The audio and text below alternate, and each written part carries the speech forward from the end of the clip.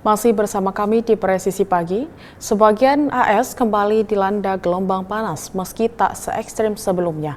Banyak warga biasanya menghindari panas, tapi di sebuah destinasi wisata gurun, pengunjung justru mencari panas dan menguji ketahanan tubuh. Berikut liputan Nova Purwadi dari VOA. Death Valley secara harafiah artinya lembah kematian, tapi setiap tahunnya Taman Nasional Death Valley di perbatasan dua negara bagian, yaitu California dan Nevada, didatangi sejuta lebih orang. Actually, it's burning my lips and my legs because I'm very white. Aktivitas favorit warga saat berkunjung adalah mengambil foto dekat termometer raksasa di Furnace Creek yang tercatat sebagai tempat terpanas di permukaan bumi dengan rekor suhu udara tertinggi hampir 57 derajat Celcius pada 10 Juli tahun 1913. So behind us we have this displaced thermometer here at the Furnace Creek Visitor Center, which is a great place for people to take a picture with and record a bit of this memory of the extreme heat that they got to experience. Yeah, we find that in the summertime this is an incredibly popular place to be. Staf Taman Nasional mengakui termometer raksasa di Death Valley tak 100% akurat. This thermometer has a probe in the back of it that includes a little bit of radiant heat that's coming from the metal structure and also the building. So this one usually displays a couple degrees hotter than what the official temperature actually is. Tapi bagi turis yang datang, mereka tak menyia-nyiakan kesempatan untuk berfoto. You know, how many people in the world can say they've been to the hottest place in the world? It's almost like climbing Mount Everest. How many people can say they actually climb Mount Everest? I take a weird sense of pride in it, like being like an adventurer that, you know, I can handle. I've been in northern Vermont in the wintertime in -20, and now I've been in the hottest place in the world. Sejak 2020, termometer raksasa ini diberi tambahan catatan dalam Celcius. Ini karena banyaknya turis mancanegara yang juga datang ke Death Valley. It's hard to portray how hot it is when you speak to people back home. So, I mean, that's an indicator, isn't it? Take the picture, there's the temperature, 51. People, I don't know, they might have been hot before, but 51 is really hot. Sepanjang musim panas tahun ini, beberapa gelombang panas melanda wilayah Amerika Serikat dan suhu udara mencapai rekor baru di sejumlah titik.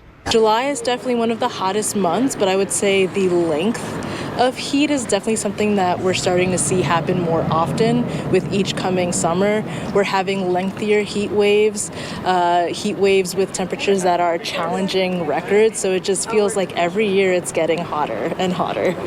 Akhir Juli, gelombang panas melanda bagian barat Amerika Serikat. Setelah sebelumnya, pantai timur juga terkena pada pertengahan Juli dan sempat mencapai suhu udara tertinggi bagi berbagai kota termasuk Washington DC. Washington DC suhu udaranya sempat menembus 40 derajat Celcius dan hanya 12 kali sebelumnya sepanjang sejarah modern ibu kota AS mengalami suhu udara setinggi itu. Dari Washington DC, saya Nova Purwadi dan tim VOA. Pemadaman listrik selama berjam-jam sering terjadi di Zimbabwe akibat buruknya infrastruktur dan dampak kekeringan yang berulang pada pembangkit listrik tenaga air.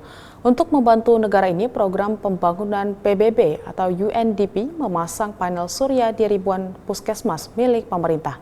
Berikut laporan Helmi Johannes dari VOA. Puskesmas di 15 negara telah melakukan pemasangan listrik surya lewat proyek Solar for Health dari Program Pembangunan Perserikatan Bangsa-Bangsa atau UNDP. Program ini mencakup lebih dari 1.000 puskesmas di Zimbabwe yang adalah terbesar di dunia menurut perwakilan UNDP di Zimbabwe, Ayodele Odusola. If you put all the renewable energy capacity that we have generated in the country is 13.03 megawatts, which account for 35% of all independent power production. The one that is not done by government is huge as an individual entity. Zimbabwe telah bertahun-tahun mengalami kelangkaan energi. Pemadaman listrik selama berjam-jam juga berdampak pada rumah-rumah sakit. Kepala petugas medis di Rumah Sakit Pusat Empilo, salah satu fasilitas kesehatan yang mendapatkan listrik surya mengatakan, pemadaman listrik kini tidak lagi berpengaruh. All the news that used to make the headlines in the newspapers that Empilo has no electricity for 2 days, 3 days, that should be a thing of the past. It's a real game changer. Tanda Zanjinggila senang operasi kanker prostat ayahnya berjalan lancar di Rumah Sakit Impilo yang kini tidak lagi mengalami kelangkaan listrik. Impilo is off grid now, which means Impilo will totally be independent because of this solar, so which is marvelous to us. Pihak berwenang Zimbabwe berharap peralihan ke listrik surya ini berjalan mulus di seluruh puskesmas yang mendapatkan pemasangan panel surya. Sementara kelebihan listrik yang dihasilkan dapat disumbangkan ke jaringan listrik nasional di negara ini. Dari Arlington, Virginia, saya Helmi Yohanes dan tim VOA. Tetaplah bersama kami, Presisi Pagi akan segera kembali.